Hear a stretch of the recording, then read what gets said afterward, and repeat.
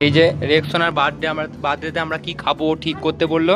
তো আমাদের সবার পছন্দ হয়েছে এই যে হিলসা ভাপা।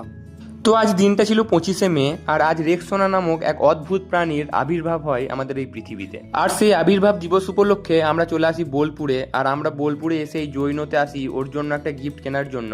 তো এই জৈনতে ছেলে মেয়েদের অনেক কালেকশন থাকে, বিশেষ করে মেয়েদের থাকে 2 piece 3 piece 5 piece 8 piece 10 piece কি আমি অত বুঝি না, ব্যাগও থাকে, অনেক কিছু থাকে, সেই জন্য এসেছিলাম।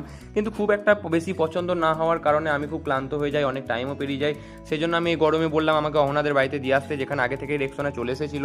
তো আমাকে সেটাই করলো, আর এদিকে রেক্সোনা সেজে গুজে বসে আছে। আর এটা দেখাও, হ্যালো, এটা হচ্ছে অহনার বাহন। অহনার বাহন আর এটা রেক্সোনা। আর কি হ্যাপি বার্থডে রেক্সোনার। আর অহনা করতে দেখাবো, আর এটা হচ্ছে ওর বাহন। এই যে আমি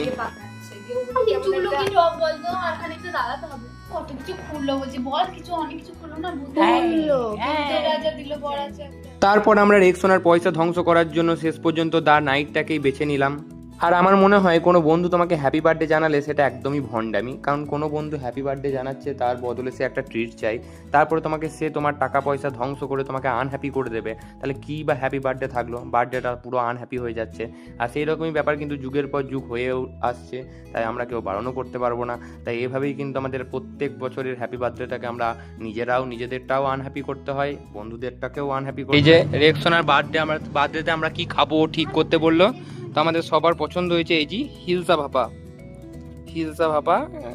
এইটাই আমরা 4 পিস করে নিয়ে নেবো।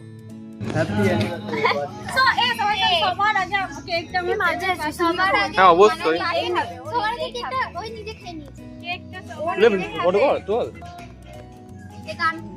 হ্যাপি বার্থডে বলবি না কেউ? হ্যাপি বার্থডে টু ইউ,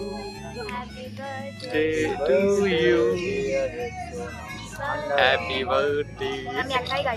কেউ বলছে না কেন হ্যাপি বার্থডে? বল, আরে বরকে খাওয়া। আজ আমার ফেভারিট পারসন হবে। এত বর নয়, ও নিজে খেলে তো। ইয়ে ওর বরকে নে ছবি তোল একটা, ছোটে দেবর। এই নে, এই বরকে আরেকবার খাওয়া তোর, বরকে আরেকবার খাওয়া। বরকে এত ছোট জায়গা না, আসছে না। এই हम लोग है। তো তারপর আমরা সবাই মিলে এখানে লাঞ্চ করি, আর এখানে ভেজ থালি আর চিকেন কষা ছিল। এখানকার খাবার দাবার সত্যিই খুব ভালো।